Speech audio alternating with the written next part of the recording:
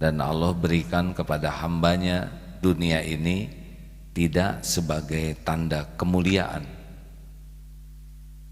Buktinya banyak orang yang mengingkari Allah dicukupi, lebih dari cukup. Tidak ada yang lebih pahit dari berharapnya hati kepada Allah. Allahumma aftah lana hikmataka ya Allah.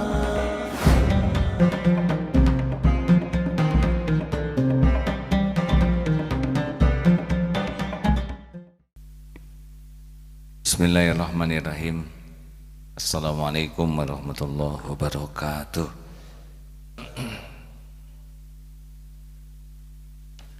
Alhamdulillahirabbil alamin.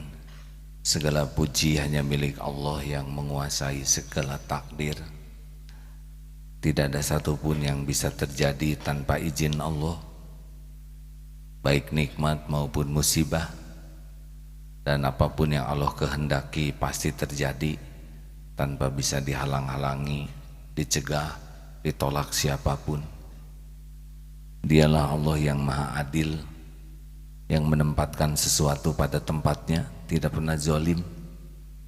Dialah Allah yang maha pengasih dan maha penyayang, yang semua ketentuannya benar-benar dari kasih sayangnya yang maha sempurna.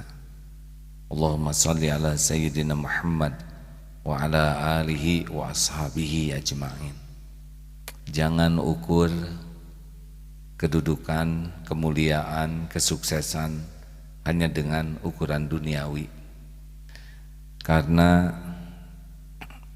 yang membagikan rezeki itu mutlak hanya Allah subhanahu wa ta'ala.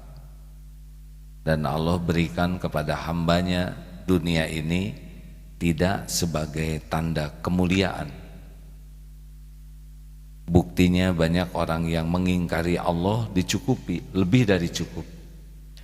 Dan tidak sedikit sahabat Rasul yang sangat soleh, ahlu sufah, yang setiap saatnya berzikir kepada Allah, membaca kitab Allah, mengabdi kepada Allah, dan rezekinya dibatasi oleh Allah Subhanahu wa ta'ala. Tidak punya rumah, tinggalnya pun di masjid. Jadi penting bagi kita untuk menilai kesuksesan jangan dari topeng duniawi. Karena kalau duniawi yang jadi alat ukur kesuksesan menurut kita, maka kita akan sibuk mengejar dunia, bangga dengan dunia yang diraih, dan minder dengan keterbatasan yang ada. Padahal Allah membagikan rezeki kepada siapa yang Dia kehendaki sesuka Allah. Kalaupun ingin tahu tanda-tanda Allah menyukai seorang hamba, man yuridillahu bihi khairan yufaqihu fid din. Barang siapa yang dikehendaki Allah kebaikan baginya, Allah berikan paham agama. Nah ini kalau nanti seseorang diberikan menyukai belajar agama dan paham itu sudah dekat kepada mengamalkan. Kalau tahu masih jauh dari mengamalkan. Karena kalau paham agama itu ada energi untuk bisa riyadhah, melatih diri. Tahu sabar dengan paham sabar beda. Tahu sabar menjadi orang sabar masih jauh. Tapi kalau paham sabar, paham keutamaannya, paham baik dan buruknya, maka ini sudah dekat dengan riyadhah. Yang membuat orang sabar adalah riyadhahnya. Oleh karena itulah, kalau kita ingin melihat siapa nih kira-kira orang yang disukai Allah dan dikehendaki Allah kebaikan, cirinya adalah dibuat hatinya punya kecenderungan untuk paham agama. Nah, agama itu sangat lengkap, luas. Apa yang kira-kira yang Allah berikan kepada seorang hamba kalau hamba ini dikehendaki kebaikan? Boleh dimatikan lampunya, itu yang membuat silau ya. Boleh mengerekam, hanya lampunya saja yang diwafatkan. Ini sopan. Sampai di mana tadi? Silau, ya. Nah, jadi kalau seorang hamba dibuat senang ke agama, nanti di agama juga luas ilmunya. Apa kira-kira yang paling mahal? Yang paling mahal adalah ketika seorang hamba dibuat senang kepada Allah. Ini sudah merupakan nikmat yang sangat besar. Makanya kalau kita beramal, kemudian apa sih buah yang penting yang kita rasakan selama kita beramal di dunia? Apa kira-kira kalau saya berbuat baik, kalau saya berbuat taat kepada Allah, apa hadiah yang terpenting dari ketaatan kita? Apa coba yang terpenting dari buah taat kita adalah yakin kepada Allah. Makin yakin kepada Allah, itu terkumpul semua jalan-jalan kebaikan. Ikhlas itu hanya bagi yang yakin ke Allah. Allah melihat, Allah menyempurnakan balasan. Mau apa cari-cari dari selain Allah? Syukur itu karena yakin Allah yang membagikan rizki, Allah yang menahan, Allah yang membuka, dan janji Allah akan menambah rizki, menambah tambahan karunia bagi orang yang syukur. Bagi orang yang kenal Allah sudah bulat saja bahwa nikmat itu hanya milik Allah. Allah yang menggenggam, Allah yang membuka, Allah yang menahan, Allah yang mengambil, Allah yang menambah. Jadi dia lebih sibuk mensyukuri karunia daripada sibuk dengan keinginan. Allah sudah tahu keinginan kita, Allah sudah tahu keperluan kita. Boleh kita punya keinginan, tapi keinginan justru menambah rasa syukur. Karena yang menambah karunia itu syukurnya, bukan inginnya. Sabar. Kenapa orang bisa sabar? Karena yakin kepada Allah bahwa menimpanya ujian biiznillah, bahwa ujian yang menimpa itu sudah diukur oleh Allah, bahwa ujian yang menimpa pasti membawa kebaikan, bahwa ujian yang menimpa bisa menggugurkan dosa, bahwa ujian yang menimpa pahalanya melimpah di sisi Allah, bahwa bersama ujian itu fa inna ma'al usri yusran, bersama kepahitan itu Allah sudah menyiapkan kemudahan. Jadi karena yakin bahwa ujian ini terjadi dengan izin Allah dan di belakang ujian ini ada nikmat besar, dia sabar. Ridho. Kenapa orang ridho?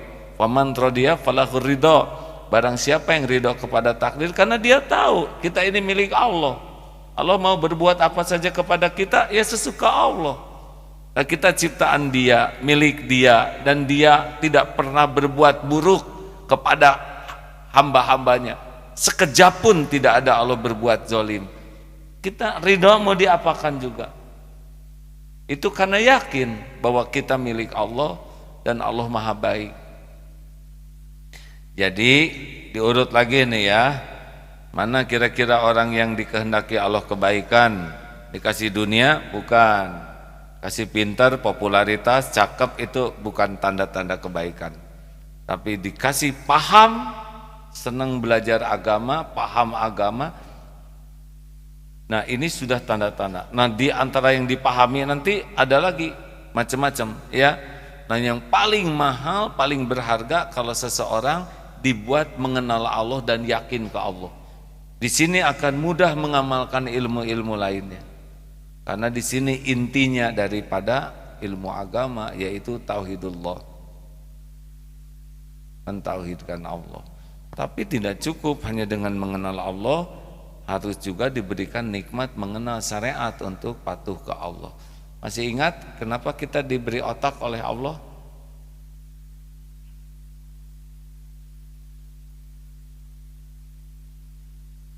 Untuk apa?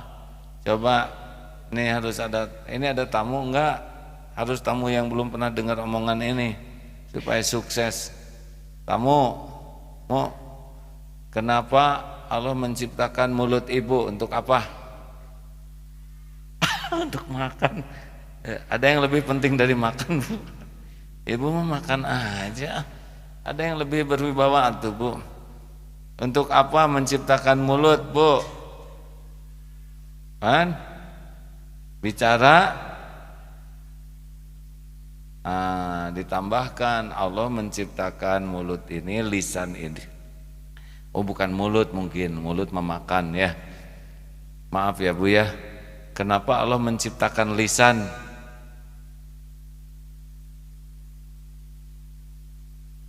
Untuk bicara, ditambahkan untuk bicara yang baik. Nah, kenapa Allah, apa bukan kenapa, apa hikmahnya Allah menciptakan akal pikiran kita untuk apa? Soleh sekarang, langsung soleh ya. Jadi akal ini minimal 5, ini pelajarannya sudah. 1, otak ini untuk menafak tadaburi Al-Quran, karena di sana ayat-ayat Allah. Jadi mengenal Allah tidak bisa kecuali dengan apa yang dicontohkan oleh Allah lewat Al-Quran dan Rasulullah. Di sanalah, jadi tidak bisa ngarang. Jadi tadabur Quran kita bisa mengenal Allah. Yang kedua, akal pikiran kita ini adalah menafakuri ayat-ayat kauniyah. 1 ke Al-Qurannya, harus banyak nih kita tafakur Quran, baru kita bisa mengenal Allah. Yang kedua, menafakuri ayat-ayat Allah seperti penciptaan alam ini. Lihat hidung saudara-saudara, kenapa di bawah? Karena kalau bersin kan kalau ke atas, cep, ayat potong. Diam ya. Kalau hidung kita ngadep ke atas, di sini harus ada payung kecil ya. Allah menciptakan tubuh ini sebetulnya untuk ditafakuri. Lihat jari, aduh alhamdulillah. Jarinya yang, kukunya yang hanya kuku yang memanjang, bukan jari. Kalau jari yang memanjang tiap Jumat potong jari kan horor. Kenapa kuku pakai keras ya? Di lembek ini ada kerasnya. Garuknya enak, karena kalau kukunya lembek geli betul. Iya, ini pasti ada hikmahnya. Dan sempurnanya itu yang disuruh dipotong itu tidak ada rasanya. Kuku ini tidak ada darahnya nih ketika digunting kuku. Juga rambut memanjang tidak ada darahnya. Coba kalau tiap rambut itu ada pembuluh darah yang berobot, itu bisa dibayangkan tukang cukur itu menggenang di bawahnya. Kan horor sekali ya, dan tidak ada saraf sakitnya di kuku, di rambut itu yang harus digunting ini. Coba kalau sakit, diam santri, gunting kuku itu. Tenang Pak. Sempurna, ini tafakuri sempurna. Di atas gusi ada gigi, coba dibalik. Gigi dulu baru gusi. Kurang enak waktu makan. Kunyal, ganyol. Bisa kebayang tidak kalau gigi kita lembek kayak gusi? Lucu sekali kalau makan tulang. Masya Allah, Masya Allah. Dan rambut itu berhenti di sekitar ini hadirin, dan tidak ada yang ngerem. Coba kalau ini rambutan semua, aduh rada repot mengenal satu sama lain, dan tertutup rambut. Nah hadirin sekalian, ini bukan kebetulan. Jadi kalau bercermin itu menafakuri kebesaran Allah. Lihat kucing, lihat ayam, lihat seisi alam ini tuh harusnya mata kepada ciptaan, hati kepada pencipta. Jadi takjub setiap saat tuh. Ya ini semua ciptaan Allah, benar? Ya seperti yang reuni itu harusnya, maaf ya saya masih sering cerita yang reuni. Masih ingat? Saya cerita ini kapan ya? Subuh kemarin bukan? Subuh? Nah ini gak boleh reuni kayak gitu. Harusnya reuni itu menafakuri kebesaran Allah. Ya kan? Boleh saya ceritakan lagi? Ceritakan lagi? Jangan. Ini mas santri menjerumuskan. Si ibu jangan dulu ketawa, Bu, saya belum ceritanya. Enggak, saya enggak kuat. Jadi begini ya, nggak boleh. Jadi orang jadi tua itu harus ditafakuri, jadi ingat Allah, bukan jadi bahan lucu seperti cerita tadi. Ade belum dengar ya ceritanya? Udah buat Ade aja lah supaya saya puas. Ya, kita ini pasti jadi tua. Jadi tua ini bukan untuk ditakuti, bukan untuk jadi kecewa, tapi untuk dinikmati. Menjadi tua itu untuk dinikmati. Nah, ini reuni cenang kamu cuma ada sendiri ah. Jadi begini deh. Astagfirullahaladzim. Habis lucu sekali ini, saya terpinggal-pinggal sendiri di kamar, pengen ada teman ya. Reuni gini ceritanya deh ya. Ini ada tamu nggak Bu? Khusus buat Ibu nih. Jadi tamu ini reuni Bu, tapi sudah 45 tahun katanya, jadi udah lama. Ketemu lagi di Facebook, ayo kita pertemuan. Nanti udah ditentukan oleh panitia. Nah ini seorang namanya Jo ini, wah dulu pokoknya di kelas ini paling keren lah ya, primadona. Ke teman-temannya tuh, cewek-cewek, ayo kita nanti ketemuan. Dede saya yang jemput, diam aja di depan mall itu. Wah jemput saja udah 3 kali muter katanya, nggak ada aja. Telepon tuh si cewek-cewek itu, teman-teman SMA 45 tahun lalu, mana aja nih cewek-cewek, saya udah 3 kali muter kok nggak ada. Ada Jo, kami nunggu dari tadi di sini. Di mana? Itu yang di depan pintu mall. Loh, tadi saya lihat cuma ada nenek-nenek 3. Itu kami Jo, emang kami masih seperti SMA?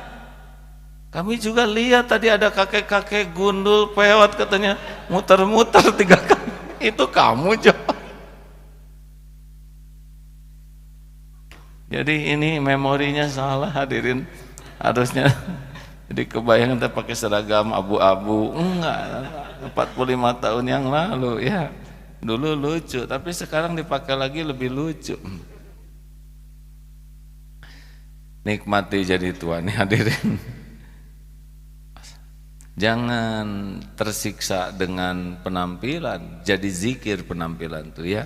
Kenapa Allah takdirkan kita beruban, kulit makin keriput, mata makin kendor, supaya kita tidak sibuk dengan topeng lagi. Harusnya kita sibuk dengan isi. Kalau remaja sibuk dengan topeng ya masih dunianya.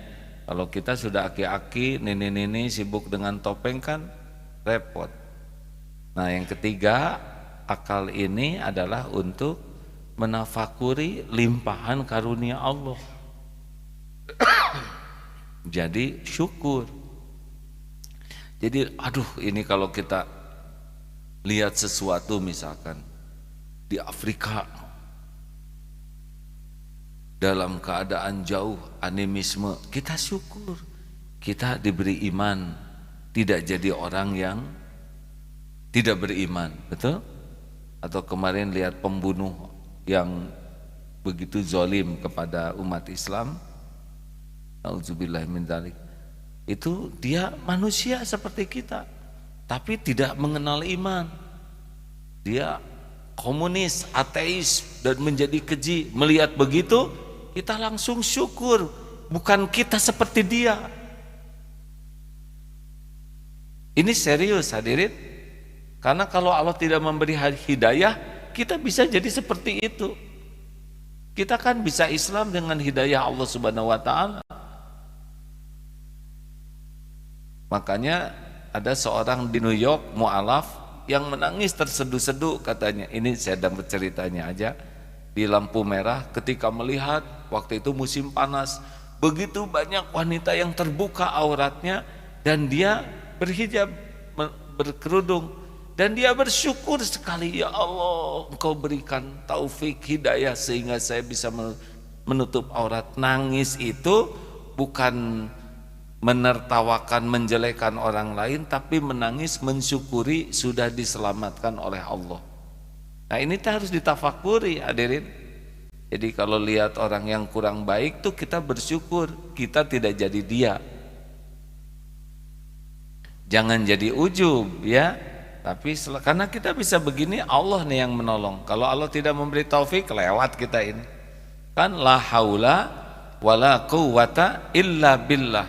Itu salah satu di antara maknanya adalah tiada kekuatan menjauhi maksiat kecuali dengan pertolongan Allah, dan tidak bisa melakukan taat kecuali dengan bantuan Allah. Jadi kita bisa menghindar dari maksiat itu adalah dengan taufik Allah.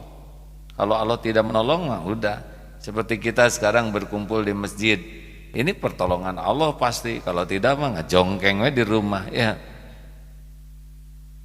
Nah, kita jangan jadi ujub, karena bahayanya dari orang yang taat adalah ujub, takabur, merasa lebih dari yang lain, padahal harusnya yang lebih itu syukurnya. Yang keempat, gunakan akal ini adalah untuk menafakuri dosa. Sesudah kita tafakuri limpahan karunia, terus tafakuri apa yang kita lakukan untuk Allah. Ini bisa nyesek sekali. Allah memberikan nikmat, nikmat itu kita gunakan untuk berbuat dosa.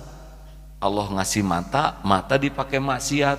Allah ngasih mulut, mulut, nah itu biasanya remuknya hati itu sesudah kita tafakuri pemberian Allah, kemudian kita tafakuri apa yang kita lakukan untuk Allah.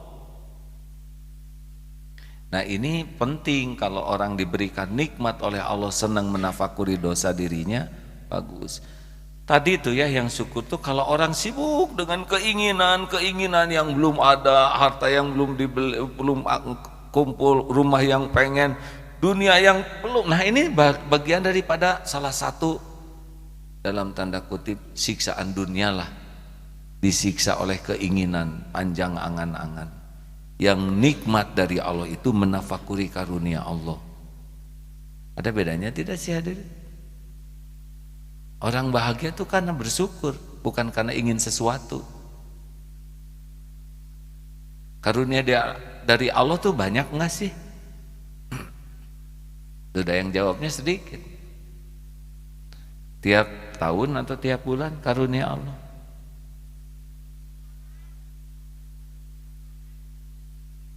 Sahata capetang pisan.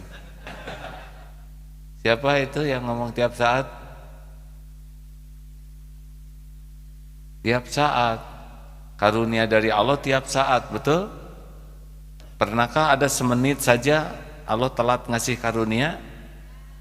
Yakin? Ada yang kurang tidak pemberian dari Allah? Benar? Kalau gitu kenapa menderita? Karena kurang bersyukur.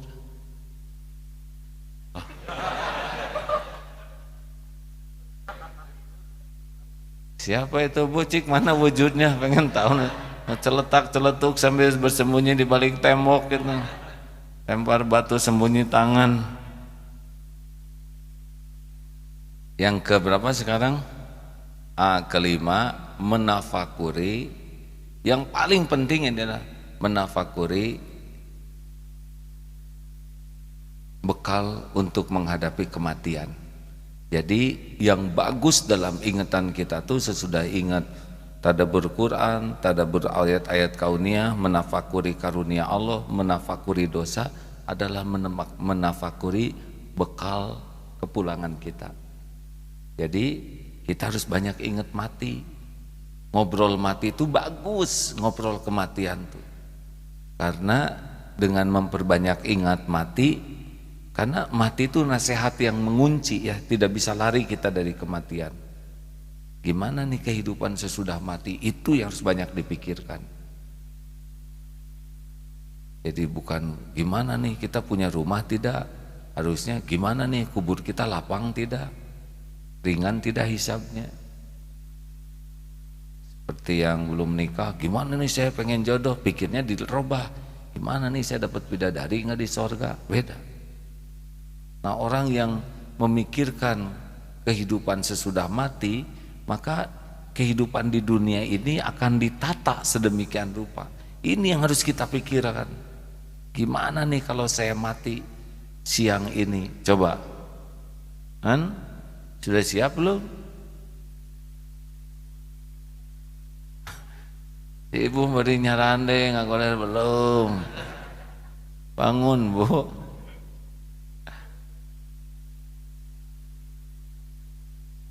Ini juga bangun katanya, masa ngomong sambil tidur. Jadi itu 5 yang inti karunia Allah. Kalau kita senang mikir, bolehkah ingat jodoh? Boleh, nyambung ke ayat-ayat Allah, nyambung ke ayat kaunia, nyambung kepada syukur, nyambung kepada tobat, nyambung kepada bekal akhirat. Jadi gitu, kalau mikir sesuatu tuh jangan sampai hanya itu saja yang dipikir, nanti capek karena nggak nyambung ke Allah. Nah,